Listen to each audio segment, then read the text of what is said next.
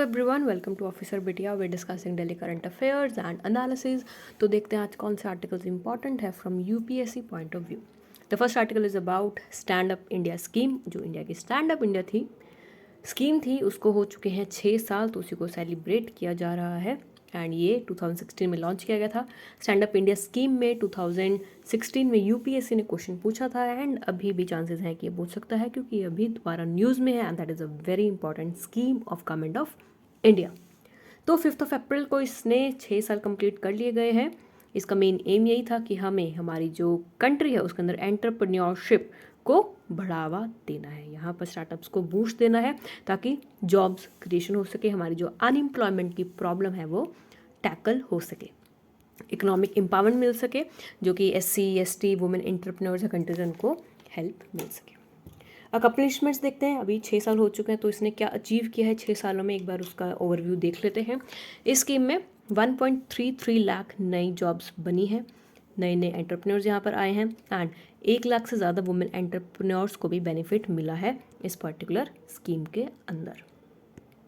यहाँ पर sanction amount दिया है, कब कितना सेंक्शन अमाउंट मिला है, जहाँ पर जो SC कम्युनिटी से हैं, ST कम्युनिटी है, उन पर्टिकुलर कैटेगरी के लोगों को भी काफ़ी ज़्यादा बेनिफिट मिला है। उसका डाटा यहाँ पर गिवन है, you can just pause the video and look at this figures. अब देखते हैं कि कैसे अप्लाई कर सकता है कोई भी पर्सन अगर उसको इस स्कीम का पार्ट लेना है। जो इंडिविजुअल्स हैं जो पर्टिकुलर इस स्कीम से बिलोंग करते हैं, जो अप्लाई करेंगे, उनको अप्लाई करना होगा www.standupmitra.in पोर्टल पर जाकर, वहाँ पर ऑनलाइन अप्लाई करना पड़ेगा अगर उनको इस पर्टिकुलर स्कीम के अंदर बेनिफिट्स लेने हैं। अब देखते हैं कि चेंजेस देखते हैं इस पर्टिकुलर स्कीम के अंदर क्या चेंजेस बनाए गए हैं, जो कि बजट 2022 में हमें देखने को मिल रहे हैं। कुछ पॉजिटिव चेंजेस हैं बजट 2022 में, जिसके अंदर मार्जिन एक्सटेंट है जो मनी का, वो भी बोरोवर्स ने लेकर आया था, वो भी कम कर दिया गया है। पहले 25% था, 15% पर आ गया है।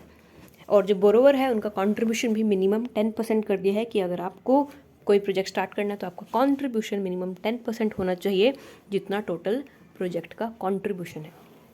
जो लोन्स हैं एलाइड सेक्टर्स के लिए, जैसे कि rearing, bee keeping, dairy, poultry, fishery, pisciculture, aggregation, rearing, livestock, grading, agri cleaning, food processing, ये जितने भी सेक्टर्स हैं या सर्विसेज हैं वो भी इसमें कवर किया जाएगा। एक क्रेडिट गारंटी फंड भी बनाया जाएगा स्टैंड अप इंडिया स्कीम के लिए, जिसको गवर्नमेंट ऑफ इंडिया ने सेटअप किया है ताकि कोलेक्टरल फ्री कवरेज दिया जाए।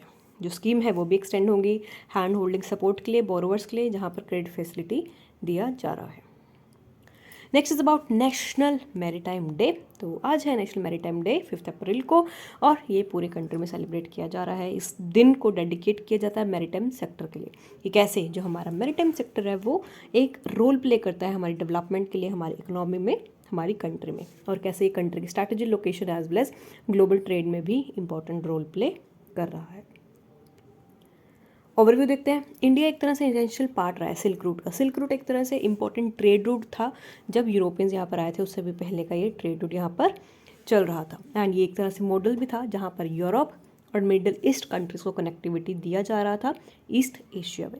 इसीलिए ये मार्क किया जाता है कि कैसे जो हमारा ओशन से जो रास्ता जाता है, हमारा जो मैरीटाइम ट्रेड है वो कितना ज़्यादा बढ़ता जा रहा है, कितना ज़्यादा मैरीटाइम सेक्टर की वजह से ट्रेड बहुत आसान हो चुका है, काफ़ी सारे लिंकेजेस डेवलप हो चुके हैं, पोर्ट्स डेवलप हो चुके हैं, यहाँ पर नए नए रूट्स भी डेवलप हो चुके हैं। तो इसलिए यहाँ पर हर एक साल कोई थीम के बेस्ड पर ये सेलिब्रेट किया जाता है। एंड बेसिकली हम यहाँ पर ये भी देखते हैं कि कैसे हमारा जो इंडिया का मैरीटाइम सेक्टर है, ट्रेड सेक्टर है, उसमें हमें कैसे नई इंप्रूवमेंट लेकर आ रही है ताकि नई ऊंचाइयों तक पहुंच सके। हिस्ट्री देखते हैं इस दिन के बारे में। 1999 में जब ब्रिटिश कॉलोनियल इंडिया पर राज करते थे, तब उन्होंने इसी दिन, आज के दिन, एक शिप थी SS लॉयल्टी के नाम पर, वो मुंबई से लंदन गई थी। जो उसकी India steam navigation company limited थी, उन्होंने इस पर्टिकुलर शिप को ऑन किया था। एंड ये जो कंपनी है ये एक तरह से biggest large scale shipping company रही है, जिसको ओन किया जाता है मेजरली इंडियंस के द्वारा। इसलिए एक तरह से इंपॉर्टेंट वाटर वे बन गया था, रास्ता बन गया था पानी के माध्यम से, जहाँ पर हमारा जो इंडियन सब कॉन्टिनेंट है वो स्टिल अभी ब्रिटिश रूल के अंडर था। तब ये एक तरह से इंपॉर्टेंट वाटर वे बन गया था जब ब्रिटिश के अंडर इंडिया था, तब से इंपॉर्टेंट है और हम हर साल ये दिन सेलिब्रेट करते हैं। इंपॉर्टेंस देखते हैं क्योंकि हमारा जो हिस्ट्री है उसको सेलिब्रेट करने के लिए हम ये दिन सेलिब्रेट कर रहे हैं, ताकि जो नई नई ऑनगोइंग डेवलपमेंट्स हैं हम उसमें भी ट्रैक कर सके, और कैसे हमारा जो मैरीटाइम इंडस्ट्री का जो रोल रहता है कि कैसे उनको बूस्ट करना इंडियन इकोनॉमी को, वो भी इसमें हेल्प रहता है। ऑल्सो जो पार्टिसिपेंट्स हैं, प्लेयर्स हैं मैरीटाइम सेक्टर में, वो भी अपलोड किया जाता है कि उनका क्या रिकॉग्निशन रहा है इस सेक्टर में। और जो लोग हैं, पीपल हैं, उनको भी अवार्ड दिया जाता है जिनका एक्स्ट्रा ही कंट्रीब्यूशन रहता है in this particular sector. And कौन सा अवार्ड दिया जाता है, that is Varuna award. Theme देखते हैं इस दिन का। थीम है sustainable shipping beyond covid is the theme for this day. तो सस्टेनेबल शिपिंग, क्या हमें शिपिंग को करनी है, लेकिन चाहे कोविड खत्म हो गया उसके बाद भी हमें अपनी शिपिंग इंडस्ट्री को सस्टेनेबल बनाना है और ज़्यादा ऊंचाइयों पर लेकर जाना है और इसको कभी भी बंद नहीं होने देना है। So that is the main M of this particular day. Next is about international air connectivity scheme. तो जो इंटरनेशनल एयर कनेक्टिविटी स्कीम है इसको भी लॉन्च किया गया है by ministry of air aviation ने। एंड इसका जो मेन एम है वो यही है कि कैसे आपको एयर कनेक्टिविटी को बढ़ाना है इंडिया के कुछ स्टेट से। एंड इसमें कुछ इंटरनेशनल डेस्टिनेशंस भी डाली गई हैं ताकि हमारा जो सोशो इकोनॉमिक ग्रोथ है वो भी हो सके। जो उड़े देश का आम नागरिक है, endeavour to make Indian common people fly, basically हमारा ये जो स्कीम आई थी उड़ान स्कीम, इसमें भी बेसिकली जो गवर्नमेंट ऑफ इंडिया का था मेजर एम वो ये था कि आम आदमी के लिए बहुत ज़्यादा अनअफोर्डेबल होता है हवाई यात्रा करना, एयर से ट्रैवल करना। तो इसीलिए उड़ान स्कीम के अंडर एयर कनेक्टिविटी स्कीम आई थी, जहाँ पर जो ट्रैवलिंग है वो अफोर्डेबल बनाने की बात की रही थी। किसके लिए, आम जनता के लिए, कॉमन पीपल के लिए। एंड ये पहली वर्ल्ड की ऐसी टीम थी, ऐसी स्कीम थी जो आम लोगों के लिए आई थी, जहाँ पर जो ट्रैवलिंग है बहुत सस्ता हो गया था।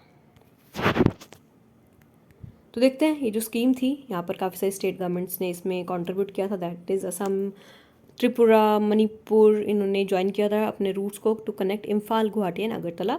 एंड इनके जो इंटरनेशनल डेस्टिनेशंस थे that were Dhaka, Bangkok, Yangon, Kathmandu, Mandalay, Hanoi, Chittagong and Kunming. तो बेसिकली आपका साउथ ईस्ट एशिया भी इसमें कनेक्ट हो रहा था। देखते हैं development of airports to international standard. जो हमारा एयरपोर्ट्स है उसको भी हम इंटरनेशनल स्टैंडर्ड्स के मुताबिक डेवलप करने की बात कर रहे हैं, उनको अपग्रेड करने की बात कर रहे हैं। और ये एक तरह से हमारा जो ट्रैफिक डिमांड रहता है उसको भी मद्देनज़र रखते हुए सारी जो टेक्निकलिटीज़ हैं, कैसे लैंड को करना है हमें, उसके ऊपर एयरपोर्ट बनाना है, कमर्शियल वेएबिलिटी क्या है, तो हर एक चीज़ को मद्देनज़र रखते हुए हम यहाँ पर एयरपोर्ट्स बना रहे हैं। अब देखते हैं कि डेवलपमेंट वर्क्स क्या है एयरपोर्ट्स का नॉर्थ ईस्ट इंडिया में। जो AAI है, NGIAL है, उन्होंने अंडरटेक किया कि कैसे जो हमारे डिफरेंट काइंड्स ऑफ कंस्ट्रक्शन है, न्यू इंटीग्रेटेड टर्मिनल बिल्डिंग है एंड जो दूसरे एसोसिएटेड वर्क्स हैं रिस्पेक्टिव एयरपोर्ट पे वो कैसे काम करेंगे। इसमें काफ़ी सारी सर्विसेज को इम्प्रूव करने की बात कर रहे हैं, जैसे increase in the passenger handling capacity. इसके अलावा जो AAI है उसने डेवलप किया है अगरतला एयरपोर्ट, जो कि एक नया टर्मिनल बिल्डिंग है ताकि हमारा जो इंटरनेशनल ऑपरेशंस है वो भी कंडक्ट हो सके। न्यू इंटीग्रेटेड टर्मिनल बिल्डिंग भी बनाई जा रही है 2.4 मिलियन पैसेंजर्स के लिए पर एनम, जो कि कंस्ट्रक्ट किए जा रहे हैं इम्फाल एयरपोर्ट पे। और उनका मेन एम यही है कि हमें जो हमारे पैसेंजर्स हैं उनकी कैपेसिटी को कैसे ऑगमेंट करना है, कैसे उनको बढ़ाना है एंड कैसे ये मैनेज करना है। अब एयरपोर्ट, इंटरनेशनल एयरपोर्ट्स देखते हैं नॉर्थ ईस्ट रीजन में। करंटली नॉर्थ ईस्ट रीजन में 2 इंटरनेशनल एयरपोर्ट्स हैं, इम्फाल एंड गुवाहाटी में।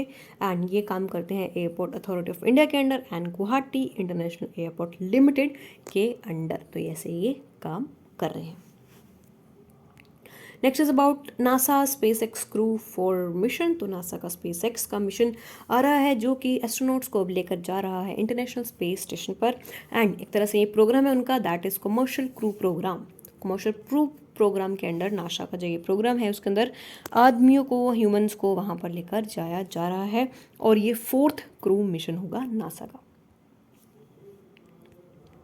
इस मिशन को 20 अप्रैल को लॉन्च किया जाएगा Kennedy space centre launch complex से। एंड ये फ्लोरिडा में लोकेटेड है।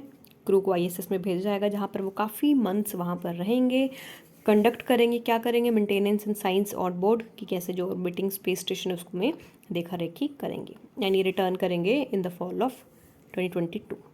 जो क्रू है राइडिंग करेंगे न्यू ड्रैगन स्पेसक्राफ्ट जिसको लॉन्च किया जाएगा फास्ट फैल्कन 9 बूस्टर से। और जो ट्रेडिशनल लिमिंग है न्यू कैप्सूल का, जो पहला एस्ट्रोनॉट ने राइड किया था वो था फ्रीडम, ताकि हमारा जो फंडामेंटल ह्यूमन राइट है वो हम सेलिब्रेट कर सकें। एंड यहाँ पर जो क्रू 4 एस्ट्रोनॉट्स हैं इनको वेलकम कौन करेगा, एक्सपीडिशन 67 क्रू मेंबर जब ये वापस आ जाएंगे तो वहाँ पर जो क्रू 3 मिशन थे वो भी यहाँ पर उनके पास आएंगे सेलिब्रेट करने के लिए, उनका वेलकम करने के लिए। तो मेंबर देखते हैं कौन कौन से जा रहे हैं। दीज आर बोर्न हाइंस, काइजल लिंडरग्रेन, जसिका, इसके साथ जा रहे हैं Samantha of European space agency. तो जो कमांडर हैं क्रू 4 के एंड क्रू 11 के, दैट इज़ लिंडग्रेन।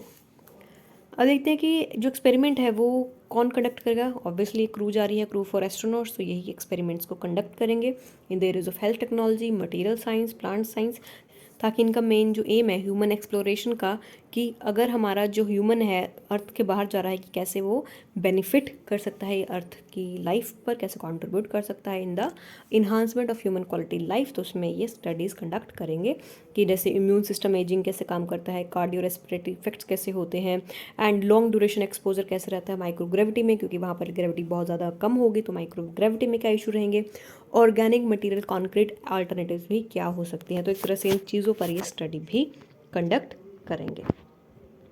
तो ये जो मिशन है हम काफ़ी बार करते हैं ताकि हमारा जो आउटर स्पेस में मिशन जा रहे हैं, लोग जा रहे हैं, एक तरह से न्यू डायमेंशंस प्रोवाइड करेंगे to the humans living on the earth में भी, क्योंकि अगर हम अर्थ में रह रहे हैं, ग्रेविटी में रह रहे हैं, तो हमारा एजिंग प्रोसेस, कार्डियोवैस्कुलर डिसीजेज कितने ज़्यादा होते हैं। तो उन्हीं को मिनिमाइज़ करने के लिए, उनको कम करने के we are trying and inventing new ways so that हमारा जो लाइफ स्पैन है वो भी इंक्रीज़ हो सके एंड हेल्दी लाइफ स्पैन हो सके। तो उसी के लिए हम यहाँ पर काम करते रहते हैं and we have always new missions for this.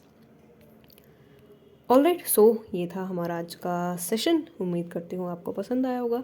कोई डाउट है तो आप हमें मेंशन कर सकते हो कमेंट सेक्शन में, एंड आप हमें मेल भी कर सकते हो ऑन info@officerbitia.com पर।